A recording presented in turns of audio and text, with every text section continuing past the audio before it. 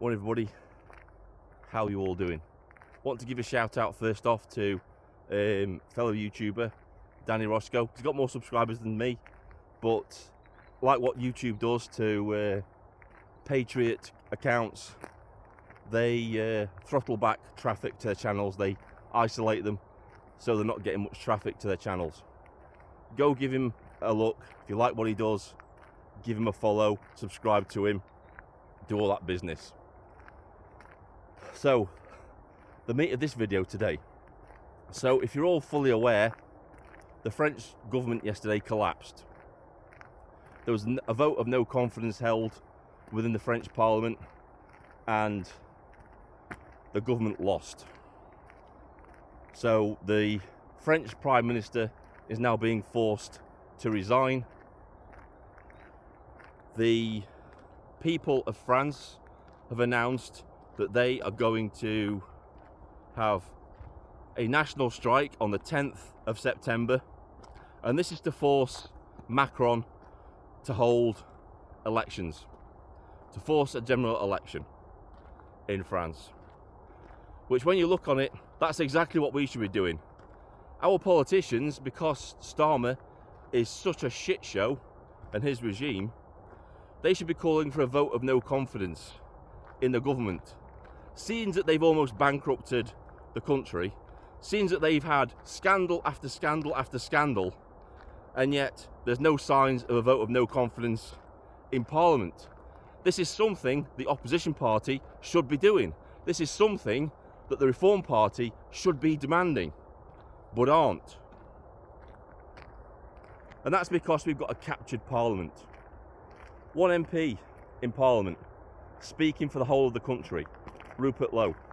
The rest of them just bought and paid for globalist shills in one way or another.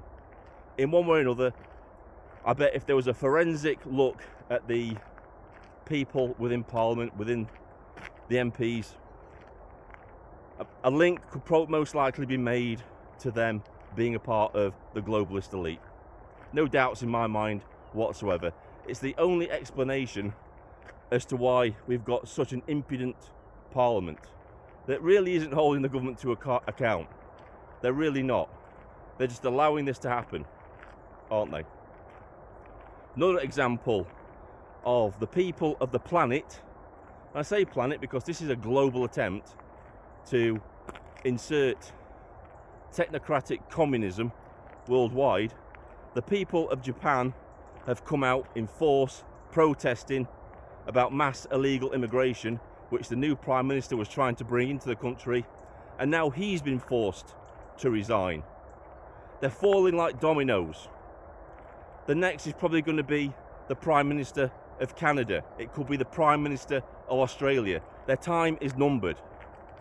The people of the Western Hemisphere, the people of the Southern Hemisphere, are rejecting communism, Marxism, socialism, right across the board.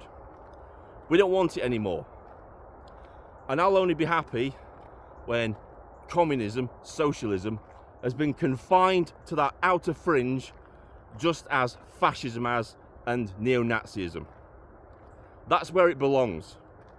Socialism belongs nowhere near the seats of power in any country.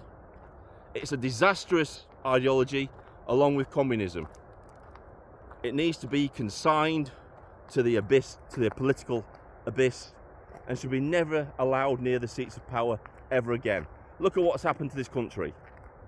Look at what happens to any country that adopts pure socialism, it's magpie, and communism.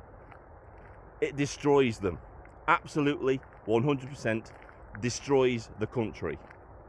And we rejected that.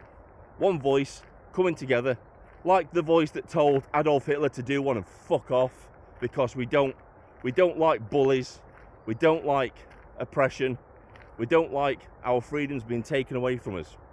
It's the same voice echoing now that echoed back in the Second World War. It's that sort of spirit that's coming out in this country. We're telling these people once and for all to fuck off. We're not having it anymore. We're not having it. We are the people. The power comes from us. There's no such thing as political power. it's always been people power.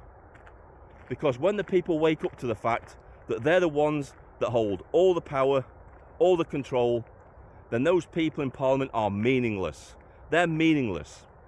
The only way they can maintain their power is through their puppets, which is the ideologically captured police force that we have right now. The hired thugs, the enforcers. That's the only way they can keep power. It's not through any will of the people or consent of the people. It's through sheer force. It's like what they're saying, isn't it? What George Orwell was saying. Most tyrants rule through deception and force. But once the deception is revealed, they rule solely by force. And the deception has been well and truly uncovered. We know what these people are now. They don't have our best interests at heart. And on the 13th of September, this country is going to ignite. The whole world is going to see. We're going to be a beacon of light, showing the whole world that we all stand together. All the nations of Great Britain, Scotland, Wales, England, Northern Irish, even the Irish. We all stand together against these people who are trying to destroy our countries, our culture, and our heritage. And we're going to tell them in one voice, do one. You're not welcome in our country anymore. We stand against you. And we are on the good side of history. We're on the right side of history. Doesn't matter what stand up to racism say. They can chant till they're blue in the face. They're on the wrong side of history. And when their grandchildren look back through this time in history, they're going to be ashamed. Just as the German descendants look back through their family tree at the Nazis they had in their family, and they were ashamed. That's what's going to happen. That's going to be their legacy.